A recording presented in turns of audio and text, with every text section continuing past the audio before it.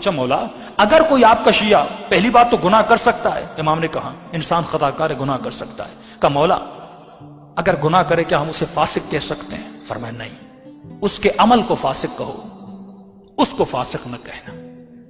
فاسق العمل ہے پر طیب الروح ہے. ہمارا چاہنے والا عمل کا تو فاسق ہو سکتا ہے لیکن اس کی روح کیا ہے؟ پاک ہے.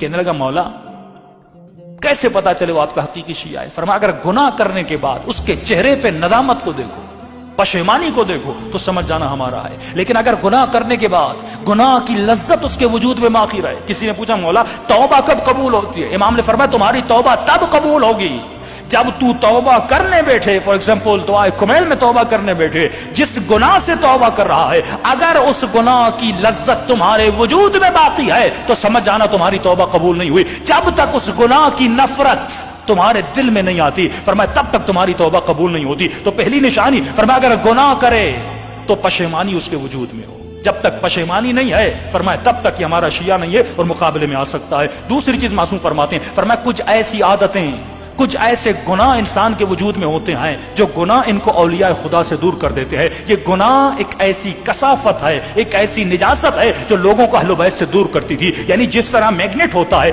اگر آپ کے وجود میں گناہ ہے، قرآن کہتا ہے انما یرید اللہ لیذھب عنکم الرجس اہل البیت ویطہرکم تطہیرا، کہ اہل بیت کو ہر طرح کی رجس اور نجاست سے دور کیا. اگر نجاست میرے وجود میں آئے، اگر جھوٹ کی نجاست میرے وجود میں آئے، اگر بغض و نفاق و حجب و حیا و اپنا ریاست کی طلبی کی نجاست میرے وجود میں آئے تو فرمائے کبھی بھی تو اہل بیت کے قریب نہیں جا سکتا. کیونکہ جب تک نجاستوں کو دور نہیں کرتا تب تک اہل بیت کے قریب نہیں جاتا. جب تک اپنے وجود میں طہارت کو نہیں لاتا تب تک اہل بیت کے قریب نہیں جا سکتا. موسم پہ پہلی نشانی فرماتے اگر گناہ کرے تو گناہ سے توبہ کرے. دوسری نشانی فرماتے ہیں کچھ ایسے گناہ ہیں جن کی توبہ تو ہو سکتی ہے لیکن ایک ایسا گناہ ہے اگر انسان کے وجود میں ہو انسان اہل بیت کا دشمن بن جاتا ہے. مولا یہ کون سا گناہ ہے؟ فرمایا یہ گناہ لقمہ حرام کا گناہ ہے.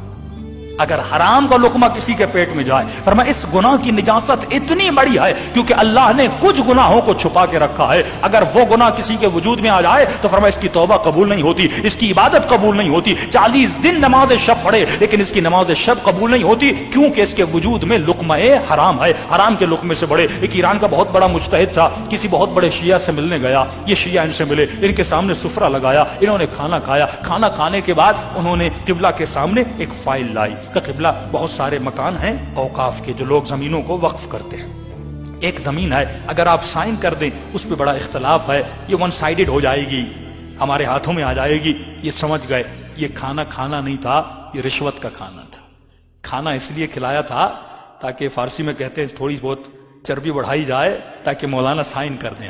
تو انہوں نے فوراً غصے میں اٹھ کے کھڑے ہو گئے کہ تم میں خوف خدا نہیں ہے؟ میں نے اتنے سال اپنے پیٹ کو حرام کے لقمے سے بچایا، آج تم نے رشوت کا مال میرے پیٹ میں ڈال دیا. پہلے علماء سود کا نام سنتے تھے، پہلے ربا کا نام سنتے تھے تو مومن کے پاؤں کھڑے ہو جاتے تھے، رونگٹے کھڑے ہو جاتے تھے. لیکن آج کتنی آسانی سے لوگ سود کھا رہے ہیں، آج کتنی آسانی سے لوگ حرام کھا رہے ہیں اور ذرہ برابر پرواہ نہیں ہے. کیوں؟ کیونکہ ملئت بطونکم من الحرام، جب شکم میں لقمہ حرام چلا جاتا ہے معصوم فرماتا اس کے اوپر کسی چیز کا اثر نہیں ہوتا. فوراً یہ مجتہد وقت اس جگہ سے نکلے. ان کے شاگرد کہتے ہیں یہ حوض کے کنارے گئے، اپنی انگلیوں کو اپنے منہ میں اتنا مارا کہ ان کا پورا پیٹ خالی ہو گیا، منہ سے آنسو بہ رہے تھے اور کہہ رہے تھے پروردگارا کبھی مجھے اپنی عبادت کی لذت سے محروم نہ کرنا. یہ لقمہ حرام میں نے اپنی مرضی سے نہیں کھایا، اس ملعون نے مجھے لقمہ حرام کھلایا تھا. یعنی اتنی پرواہ تھی لقمہ حرام کی. معصوم فرمات اس لقمے سے بچنا جس کا مال پاک نہیں ہے. ہمارے مال کو پاک کرنے کے لیے کہا خمس دو، ہمارے مال کو پاک کرنے کے لیے کہ ایسی جاب کو اختیار کرنا، ایسے پیسے کو اپنے گھر میں لانا، ایسی غذا کو اپنے سفرے پہ لانا کہ جب یہ تمہارے بچے اس غذا کو کھائیں. کتنے سال زندگی میں رہو گے لیکن اگر دنیا سے چلے جاؤ گے، اگر حلال کا مال اپنے بچوں کو سفرے پہ نہیں رکھا، کل مر جاؤ گے